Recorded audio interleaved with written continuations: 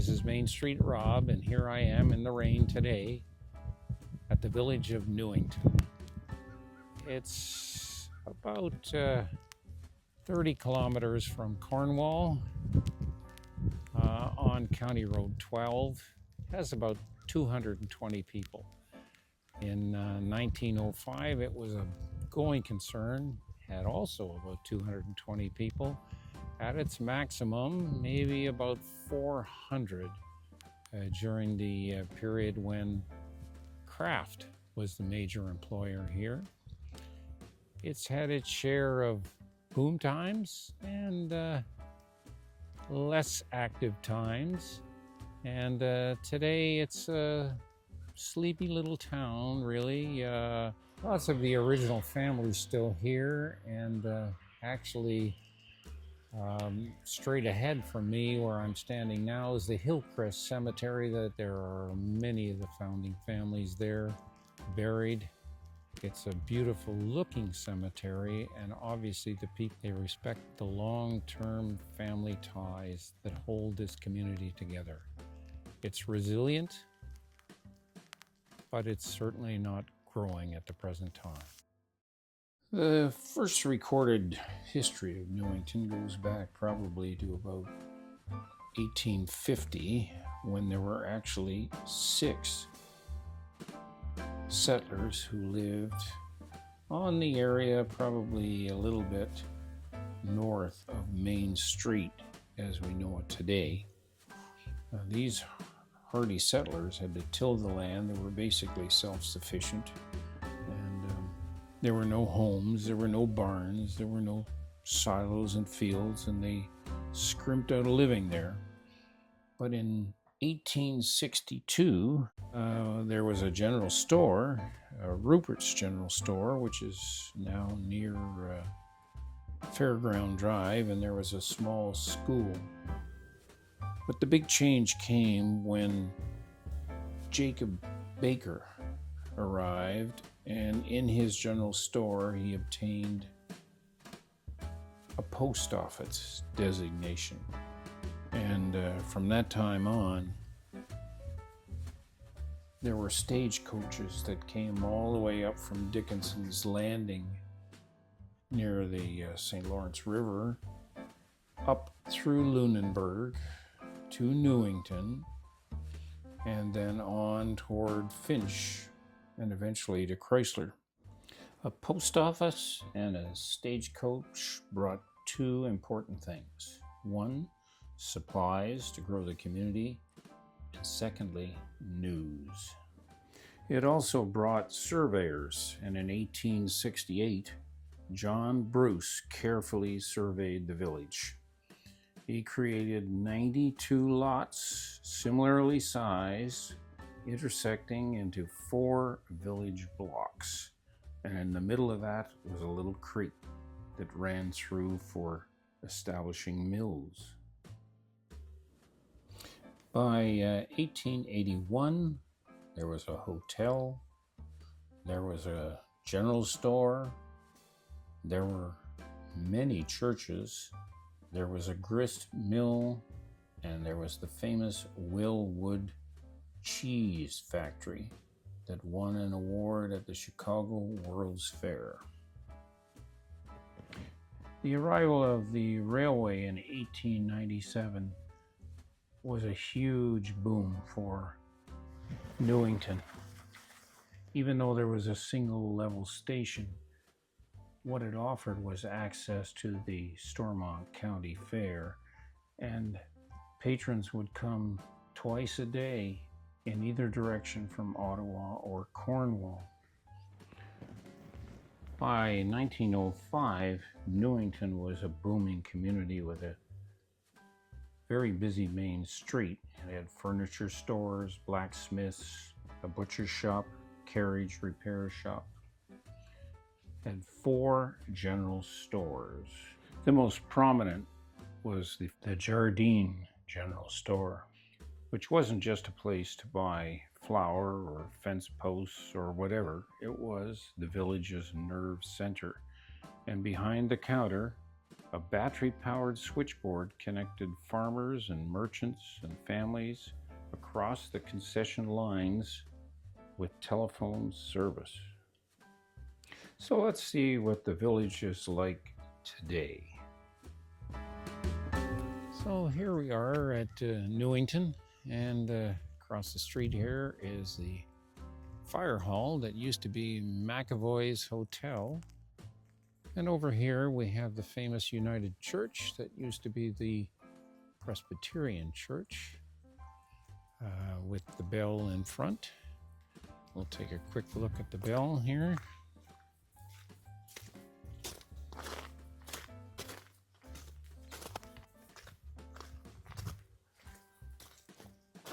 Pretty rough going here this morning. There is the famous bell that came from the original Methodist church. The bell sits in front of what they call the brick church, originally Presbyterian, by 1925 United Church of Canada. Let's walk a little down Main Street. During the boom times, of course, Newington had many businesses, including a bank, but later there were lots of family businesses, repair shops, a bakery, ice cream store, and in 1965, one of the most progressive IGA grocery stores in all of Eastern Ontario. People came to Newington for farm supplies, food, clothing, flour, and mostly to hear the latest news. With access to modern products in Montreal through the Forbes family, the Geraldine General Store became the prime business location for many years. And here we are on Mill Street, and over here, where you don't see too much today, was the McEwen Sawmill and Planing Mill. At one time it was a busy place. As you can see today, not too much going on. Here we are at the intersection really of Duvall Street and Main Street. Duvall named after the Duvall folks that lived here. They had a house over there, and to the right they had a sawmill, and eventually this became the sawmill and cheese box manufacturing area. But this particular area also was known for its cheese making, and it was Bob Smith's cheese making factory here in 1935 that was affected by the tornado. Shortly thereafter, that Smith sold to Kraft. Kraft moved the cheese manufacturing up towards the Stormont County Fair area and was there until 1970. At least 3 schools have burned in Newington. On several occasions, the Forbes Library was used as the interim school. Here we are at the corner of Cedar and Main Street. This location right here that is open was actually the railway station for the New York Central Railway during the tornado. The roof of that building was taken right off, but of course it's not here today. In the distance you can see the Stormont County Fairgrounds. Certainly a significant landmark here. This location here was the original Newington Hotel, and obviously it's no longer here. I think Prohibition made short work of that hotel. Prohibition began in Newington in 1903 and lasted for at least 25 years.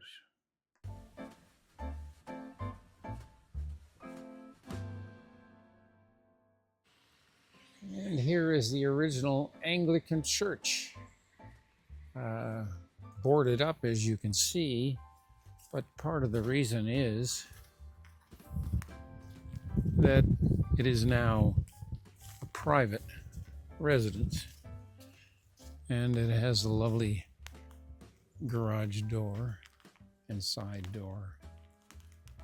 Pretty amazing that that building has been sitting here for many, many, many years, right in the corner of Cedar and Ash Street. Religion had a big place in the early days in Newington, and at one time there were 5 different churches in the community. Ash Street is a perfect place to look at with respect to religion and culture. So let's just take a little walk down Ash Street. You can see some very attractive homes along this way. We're going south towards Main Street at this point in time, and we're coming up towards the intersection of Mill Street. You may recall that this was the site of McEwen's Mill, that during the tornado in 1935 sustained significant damage. But what you can also see is Fry's Creek, which flows through Newington. At one time, obviously an important water source. So looking up Ash Street towards Main Street, on the right here is the Emmanuel Baptist Church. Now, I believe, a private residence. It was used by the Presbyterians as their church until they built the brick church on Main Street. It was built in 1882 and moved to the lot that we see right here. Right next door is the United Church Manse, which for many years supported the United Church, the brick church on Main Street. But once again, I believe it's now a private residence. In 1951, the minister made $25 a year. So let's just walk up to the Main Street and look back, because there's some very interesting things to see here as we look back up the street. So on the left, you can see the old Emmanuel Baptist Church. But what you can't see is the Forbes Libray. It's an amazing part of the history of Newington, and it was initiated by George Forbes after his mother died, because she lived on this street, and he gave that house when she died to the municipality of Stormont, Dundas, Glengarry. And in it, he created a library with some 900 books. You can imagine how important that was for people in a rural community that maybe likely never had an opportunity to get books. That library stood for many, many years, and in 2002, it was moved to the Lost Villages Museum just outside of Cornwall. It has a prominent role that it plays there, but it is a very significant thing in 2 ways. One, for years, it was a key place for the community where people could find books, entertain themselves, do all kinds of interesting things, including even school when there were some fires. But also, it's the story of so many villages, because it's no longer there, and it's such an important part of the history of Stormont, Dundas, Glengarry.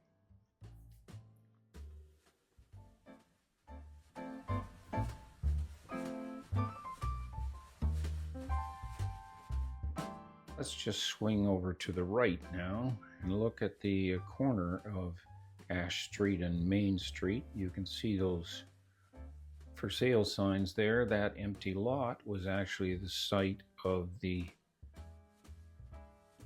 Methodist Church. It was built in 1878, and they put a bell in at that particular time. That bell was very important to the community because it told about fires, it told about church service and when it was being convened. It was even used by the schools. It was used for funerals. It was an integral part of the community. In 1961, when this white church was demolished, the bell was stored in someone's barn for several years, but in 1967, it was placed in front of the United Church, the red brick church that we've seen so many times.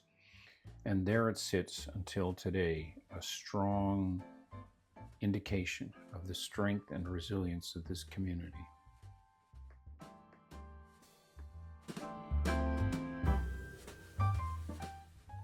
So now we're at Main Street. I think Ash Street probably better would have been called Church Street. But as we look up the street, we can see the red brick United Church, formerly the Presbyterian Church, unfortunately now closed. And straight ahead of us, the yellow siding building is the former Geraldine General Store, later the Duff General Store, and now a private residence. Just gonna peek down Main Street here for a minute and then south, which is to the right on this picture, and in the distance, you can't see it, but it is the former Forbes family residence. It was a huge place, big verandas all around it, next to the general store. For many years here, it was the most opulent place in town, and even today, it's a private residence. Unfortunately, I cannot get closer to see it. So I'm just going to backtrack a little bit to the red brick church, and I want you to take a look at that little tiny house that's sitting next to the red brick church. That used to be the post office. Recall, it used to be in the general stores, and then they built a separate post office, and now it's a private residence. It's been closed down as a post office. So let's go up Fairground Drive, which was formerly called Elm Street. So going north up Fairground Drive, we come across Lloyd Hahn Park. And if I'm not mistaken, I would say it's the former fire hall location, which is, of course, now on Main Street. And one thing that's very clear is that this is a very nice looking little park with a beautiful outdoor skating rink. And a little further along, we see the super mailboxes from Canada Post. Obviously, the super mailboxes replaced the post office. Here we are at the original craft factory, which started in 1935 after Bob Smith sold his cheese factory to Kraft, and they moved it over here. It operated as a major employer as well in Newington until 1970, when it was moved to Ingleside. Today, it is the Evans bus lines. And this street here has had several different names. That is Elm Street, now called Fairground Drive. And as I turn around here and look up Cedar Street,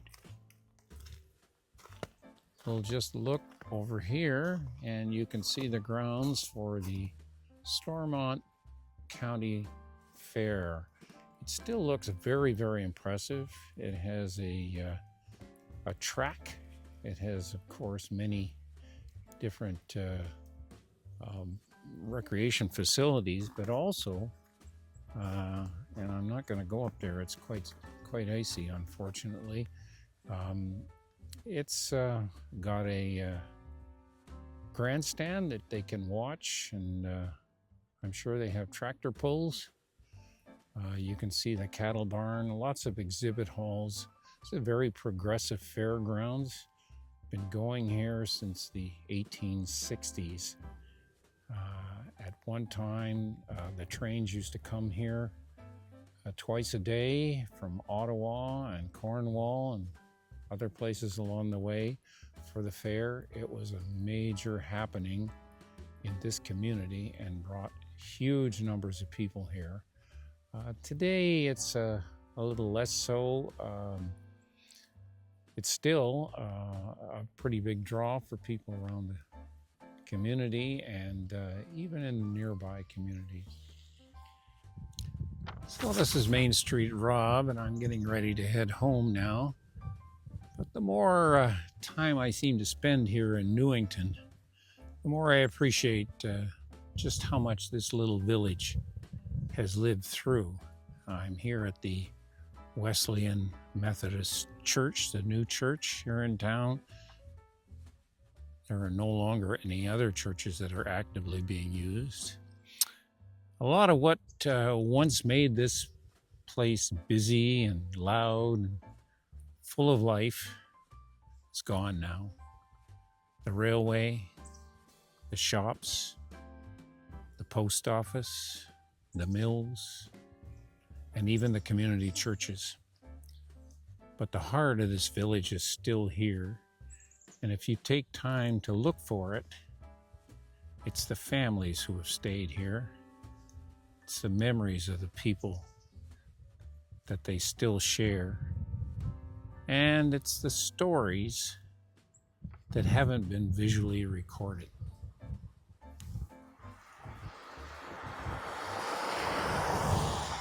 And that's what I'm doing on these village walks.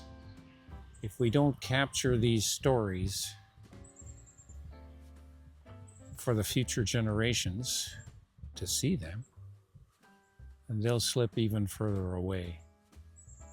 And I think of Newington and all the rural places like it that I've been. They deserve better than that. So I hope you'll stay with me for some future village walks, a little village life perhaps. And I suggest, if you're interested at all in finding out more about Newington, that you go to my website, MainstreetRob.com. There's an article there on Newington. Thanks for being with me. I hope to see you again soon.